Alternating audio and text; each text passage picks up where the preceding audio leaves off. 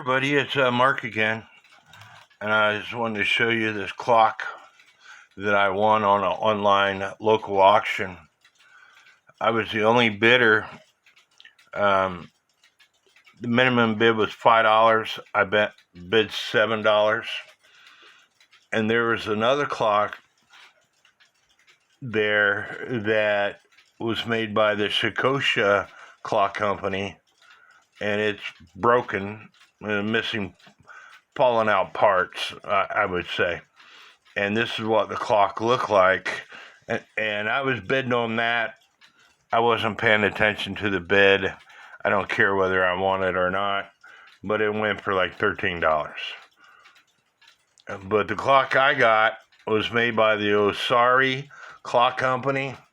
And before I show you the clock, I want to show you a couple of web pages. First, this web page here, and I'll try to put a link to it in my video. Owari was a time period in Japan, is what this web page is saying. According to Owari, a periodical from the Owari territory compiled in 1832. But according to the NAWCC, the Owari Clock Company of Nagaya was founded in 1896 and produced clocks up until there was no longer a market for spring-wound clocks.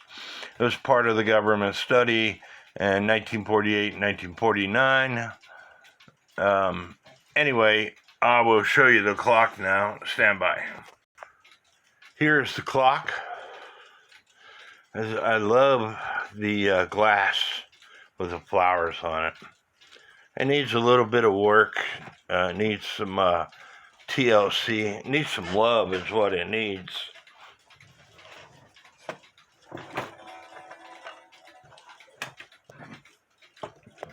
But here's the label that you can see in it.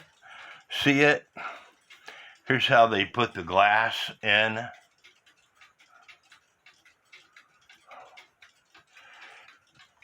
It did come with the pendulum and the key. So now I'm going to take this clock apart and see what is going on with it. So I'm going to take the hands off. So stand by. Part of taking the hands off,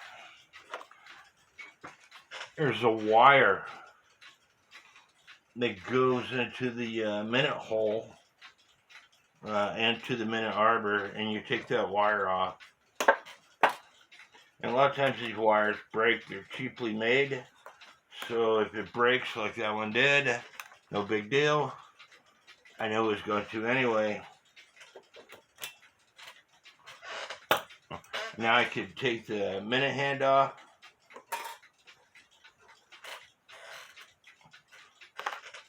The hour hand should slip right off, which it does. Now there's 3 screws to take the dial plate off.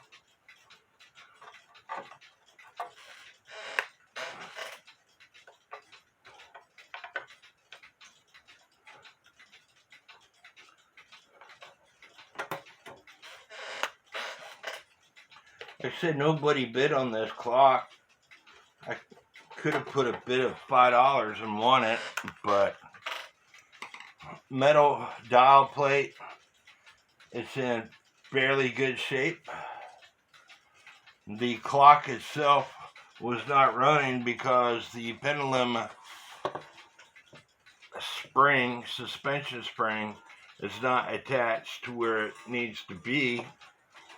The clock movement is also loose in the case, but I was wanting to put the suspension spring on and see if it ticks away.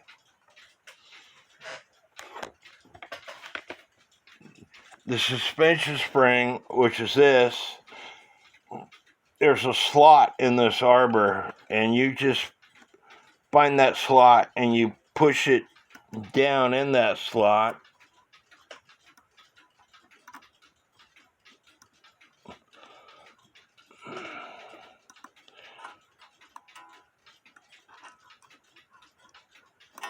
I pushed it down the first time without any issues. And there's a wire that goes in the end of the suspension spring, so it can't pull out of that slot. But that wire is missing, and so I will put a wire in that suspension spring. But I was wanting to see whether or not this clock will tick away just as it is. So let me set it up, get all my tools out of the way, and I'm going to set it up on this table to see if it ticks away.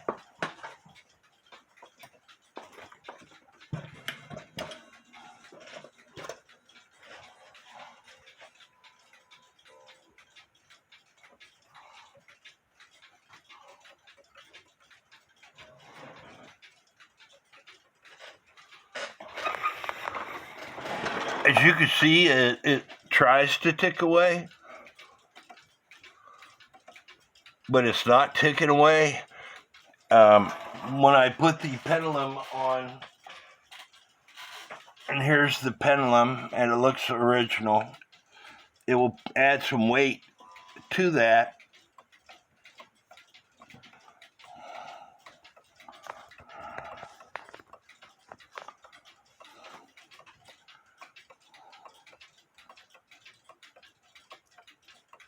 And it's going to stop ticking. So I'm going to open up the foot. That's the first thing I'm going to do, is to open up this foot on this Virgin crutch assembly. If you see my other videos, you will see that I explain by opening up the foot, it allows the inertia for the pendulum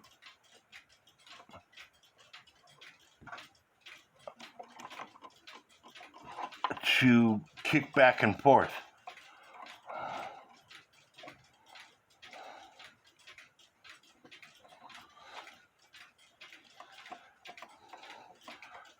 I'm also going to bend this crutch out to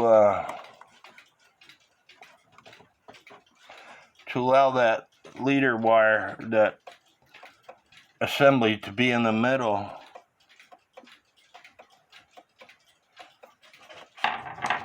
While you're all watching that, I'm going to put on my hearing aids so I can hear.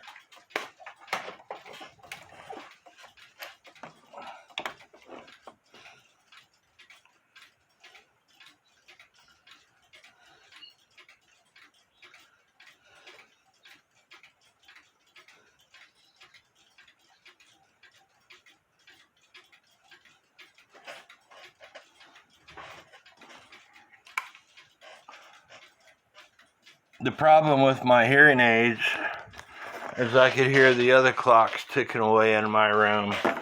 And so that's why I watch more than I listen.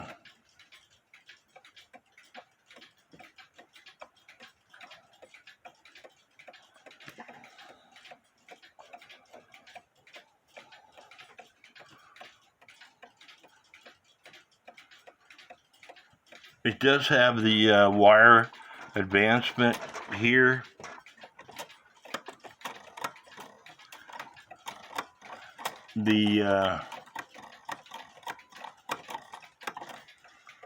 It's not advancing.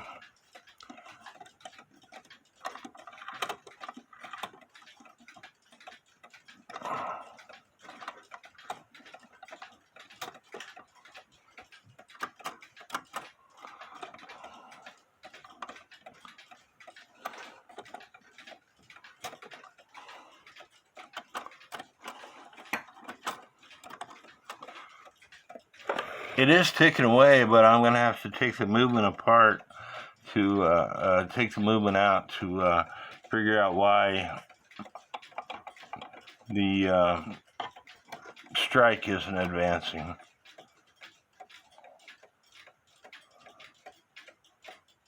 Not bad for $7.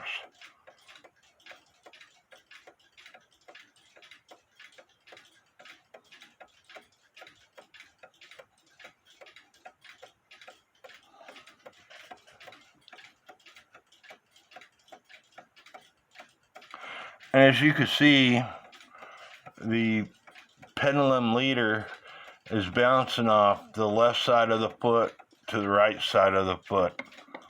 And that's why I open up the foot, to give it that inertia. And some people disagree with that, but you know, everybody repairs clocks differently, and that's just what I do. You don't have to do what I do.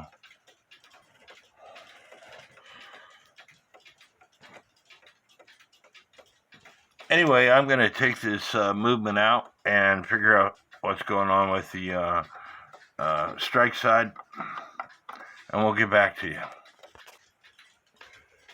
The movement is supposed to have 4 screws. It only had 2 screws in the bottom,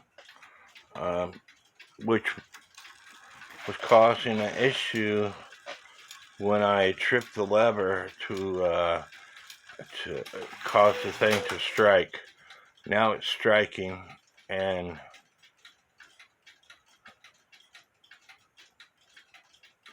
it was ticking away, but because the movement's not level,